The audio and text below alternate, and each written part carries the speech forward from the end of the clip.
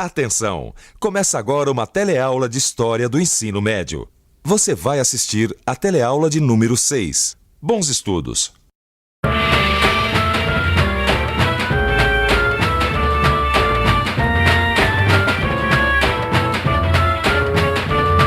No telecurso de História Geral, você tem conhecido várias civilizações. Desde o extremo oriente da China e do Japão até o Egito, no norte da África.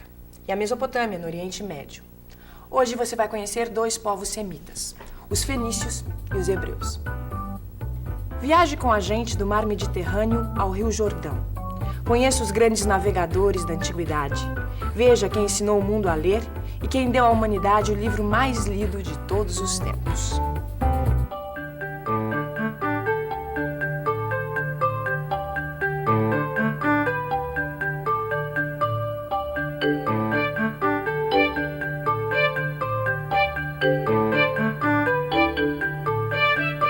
Vamos agora para a terra dos fenícios. A Fenícia era uma estreita faixa de terra entre os montes do Líbano e o mar Mediterrâneo. O clima da região é variado. Nos vales faz calor e nas montanhas faz frio. A região é muito fértil por causa dos rios que a atravessam. Além disso, as montanhas eram cobertas por florestas de cedro, cuja madeira era usada para construir barcos. Vicente, olha, cedro do Líbano, essa madeira é famosa. É famosa mesmo.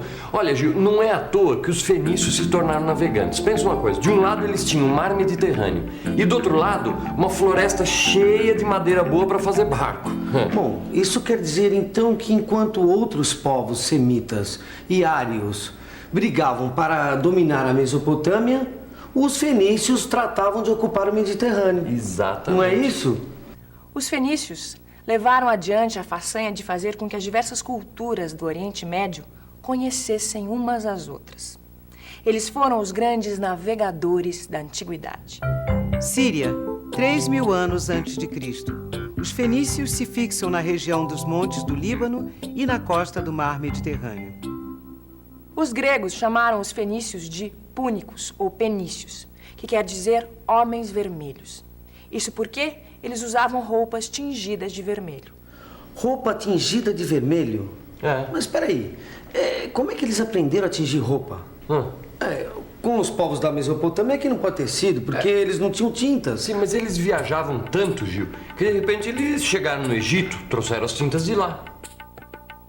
Os fenícios foram o único povo que se dedicou exclusivamente ao comércio, fazendo a ligação entre povos e culturas distantes e desconhecidas.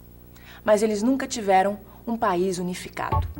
A Fenícia era formada por um grupo de cidades confederadas, que ajudavam umas às outras, mas eram independentes. A cidade mais forte liderava as outras. As principais cidades líderes foram Biblos, Sidom e Tiro. Os fenícios fundaram povoamentos e mercados como Cartago, Malta, Marsella e Sevilha. A decadência dos fenícios começa quando os impérios da Mesopotâmia se consolidam.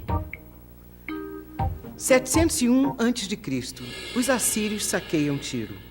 574 a.C. é a vez dos caldeus invadirem Tiro, que desta vez é totalmente destruída. As outras cidades da Fenícia ficam dependentes do Império Persa. 333 a.C., o exército de Alexandre Magno domina todas as cidades fenícias. Ô Gil, agora no telecurso a gente está estudando a formação de vários impérios, né? Certo. De repente aparecem esses fenícios aqui que circulam por todos os impérios. Quer dizer, eles eram uma espécie de leve trás. E sabe que isso me faz lembrar, Vicente, assim, dos mascates do interior. É sabe, mesmo? Além de comprar, de vender, eles aprendem e transmitem, assim, as novidades, os acontecimentos, as descobertas. E isso é cultura. É verdade mesmo. Agora, eu fiquei com uma curiosidade. De que povo será que os fenícios aproveitaram a forma de governo? O governo dos fenícios não foi igual em todas as cidades. Em alguns casos, o governo era exercido por um rei hereditário ou eleito. Em outros, por um conselho supremo. Apesar da existência do rei ou do conselho, quem governava de fato era uma assembleia dos comerciantes mais importantes da cidade. Os sacerdotes e os militares não eram muito importantes na sociedade fenícia, que que tinha uma camada de homens livres, pescadores, artesãos e agricultores, e também escravos. Os fenícios organizaram as primeiras manufaturas, por assim dizer, onde aplicavam o que tinham aprendido com outros povos. Por exemplo, pegaram o vidro inventado pelos egípcios e produziram o cristal transparente. Mas a maior conquista dos fenícios foi o alfabeto. Eles simplificaram os hieróglifos egípcios. Criaram 22 desenhos que tinham sons diferentes. Foi assim que nasceu o alfabeto que usamos hoje. Eu falei pra você, Vicente, olha, muito do que a gente viu nas outras teleaulas, os fenícios usaram e melhoraram. É verdade. Agora, e a religião deles, hein? A gente já viu que os sacerdotes não eram muito importantes para eles, né? Agora, que deus ou que deuses os fenícios adoravam, hein? Os fenícios eram politeístas, acreditavam em vários deuses. Adoravam os astros e as forças da natureza. Cada cidade tinha seus próprios deuses, mas todas adoravam o sol e a lua. E vamos aproveitar que estamos falando de religião para apresentar o primeiro povo monoteísta que acreditava em um só Deus da antiguidade, os hebreus. Hoje em dia, Jerusalém é conhecida como o centro das lutas entre árabes e israelenses. Mas a luta pela posse de Jerusalém é antiga. Andando pelas ruas dessa cidade, a gente vê a história acontecendo e fica querendo saber mais sobre a origem de tanto conflito. O território da Palestina antiga formava um estreito corredor que unia os impérios do Egito e da Mesopotâmia. Foi lá que nasceu Jesus Cristo. Atualmente, esse território é ocupado por Israel. Além disso, a Palestina é a terra prometida dos hebreus, um povo semita, que por circunstâncias que nós vamos estudar ainda nesta teleaula, tiveram que se espalhar pelo mundo. Os hebreus nos legaram a moral e a ética, que serviram de base para o judaísmo e o cristianismo, duas das principais religiões do mundo.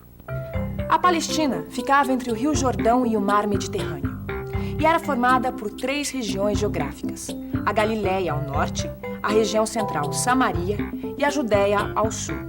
O Rio Jordão é o único que atravessa toda a Palestina. Hoje, a Palestina é uma região semidesértica, mas antigamente ela recebia mais chuvas e era uma região muito próspera, com vales e bosques. Era essa a terra prometida que o povo hebreu tanto procurou.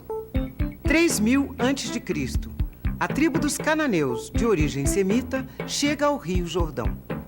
1500 a.C., a região é invadida pelos filisteus, tribos árias que vieram da ilha de Creta, e passa a se chamar Filistina. 1400 a.C., a tribo semita dos hebreus conquista os cananeus e os filisteus e estabelece um reino.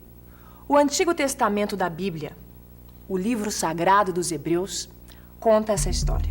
Por volta de 1800 a.C., os hebreus eram pastores nômades e adoravam muitos deuses e ídolos. Deus escolheu Abraão para ser o pai de um povo através do qual viria a salvação do mundo. Abraão queimou os ídolos e partiu em direção a Canaã. Deus apareceu novamente para propor a mesma coisa ao filho e ao neto de Abraão, Jacó. 1280 a.C., os egípcios ordenam a morte de todos os filhos dos hebreus para evitar que eles se tornem mais numerosos. Para fugir do massacre, os pais de uma criança o colocam num cesto de vime e lançam ao rio Nilo. Uma filha do faraó encontra o bebê e o adota. O nome da criança é Moisés. Moisés escapou do massacre num cesto de vime. Até hoje, os cestos de bebês são conhecidos pelo nome de Moisés. Criado pela filha do faraó, Moisés cresceu e se encarregou de salvar o seu povo. Moisés guiou os hebreus numa fuga que a Bíblia chama de Êxodo. Quando os hebreus atravessaram o deserto do Sinai, fez-se um novo pacto. Deus protegeria o povo hebreu se este o obedecesse. Foi nessa ocasião que Moisés recebeu os 10 mandamentos. Os hebreus não acreditaram na palavra de Deus e, por terem desconfiado, ficaram vagando no deserto durante 40 anos. Finalmente, Moisés os levou à terra prometida e, ao chegar, morreu. 1044 a.C., os hebreus lutam contra os filisteus e cananeus e unificam suas 12 tribos. É sagrado o primeiro rei de Israel, Saul. Em 995 a.C., Davi, sucessor de Saul, assume o trono de Israel. Davi se tornou rei depois de matar o gigante filisteu Golias com uma funda como esta. É uma espécie de atiradeira. Ele unificou o país e fixou a capital do reino de Israel na cidade de Jerusalém. Ele passou o trono para seu filho Salomão. O reinado de Salomão foi de paz e prosperidade. Veja agora como era a sociedade dos hebreus.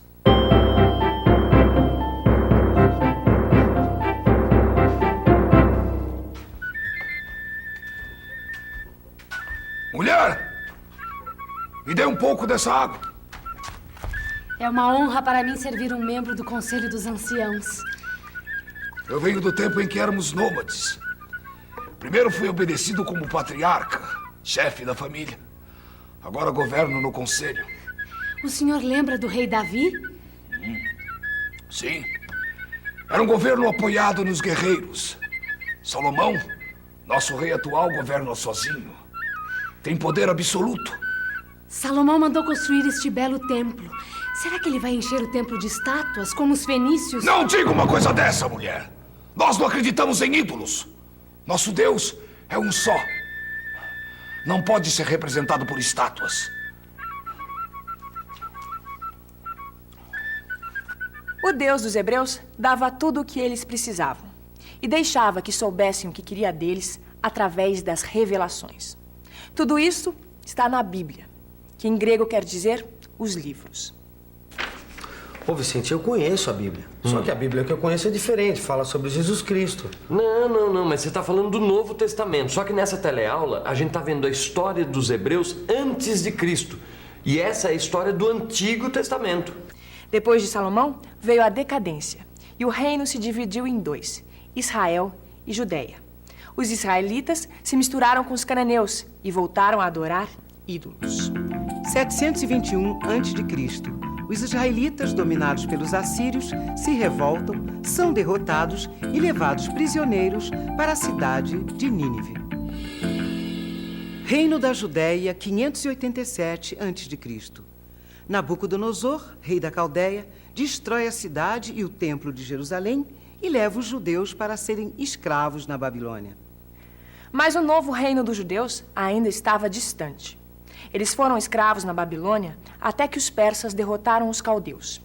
Aí, voltaram para a Palestina, onde foram conquistados por Alexandre Magno, rei da Macedônia. Quando o Império de Alexandre caiu, a Palestina passou a ser parte do Império Romano.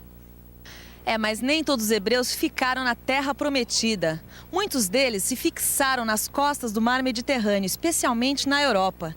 E essa dispersão dos hebreus pelo Mediterrâneo ficou conhecida como diáspora. Depois da diáspora, os judeus se espalharam pelo mundo. Quando foi que eles voltaram à Palestina? Bom, os judeus eles nunca abandonaram por completo a Palestina. Mas quando eles voltaram em massa mesmo, foi no ano de 1947, no ano da criação do Estado de Israel, como parte de um processo nacionalista. E atenção, se liga aí que é a hora da revisão. Na teleaula de hoje, você viu como os fenícios eram diferentes dos povos que habitavam o Egito e a Mesopotâmia. As diferenças estavam na forma de governo, na escrita, na organização social. Os fenícios foram descobridores e comerciantes. As cidades confederadas dos fenícios se ajudavam mutuamente, mas eram independentes umas das outras. A religião dos hebreus era diferente das religiões dos demais povos do Oriente Médio Antigo. Eles eram monoteístas. Seu Deus se comunicava através de mensagens e revelações. A sociedade dos hebreus era patriarcal. O governo era exercido por um conselho de anciãos. A história do povo hebreu está contada no Velho Testamento da Bíblia. A herança dos fenícios e dos hebreus permanece com a gente até no nosso dia a dia. No seu livro de estudos, você vai encontrar material para pensar e discutir sobre isso. E até a próxima teleaula.